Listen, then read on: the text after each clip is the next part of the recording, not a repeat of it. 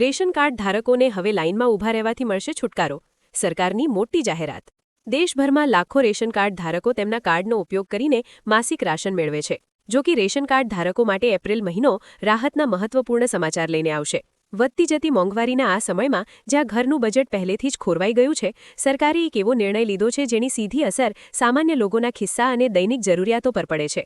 આનું કારણ એ છે કે આ વખતે 3 મહિનાનું રાશન એક સાથે આપવામાં આવશે. આનો સીધો ફાયદો એ છે કે જે પરિવારો તેમની દૈનિક જરૂરિયાતો પૂરી કરવા માટે સરકાર દ્વારા પૂરા પાડવામાં આવતા રાશન પર આધાર રાખે છે, તેમને થશે.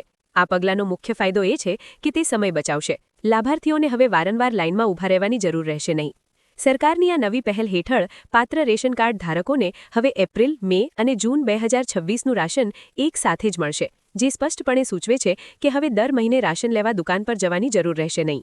આ નિર્ણય ખાસ કરીને કામ કરતા વ્યક્તિઓ માટે અથવા જેમને આ કામ માટે દર મહિને સમય કાઢવામાં મુશ્કેલી પડે છે, તેમના માટે ફાયદાકારક સાબિત થશે. વધુમાં, આ સિસ્ટમ રાશન વિતરણ પ્રક્રિયાને સુવ્યવસ્થિત કરશે અને ભીડ ઘટાડવામાં મદદ કરશે. ઘણીવાર એવું બને છે કે લોકો વિવિધ કારણોસર તેમનો માસિક રાશન લઈ શકતા નથી. જો કે આ નવી સિસ્ટમ હેઠળ તેઓ તેમનો સંપૂર્ણ ક્વોટા એક જ વારમાં પ્રાપ્ત કરશે, જેનાથી દરેક લાભાર્થીને તેમનો યોગ્ય હક મળે.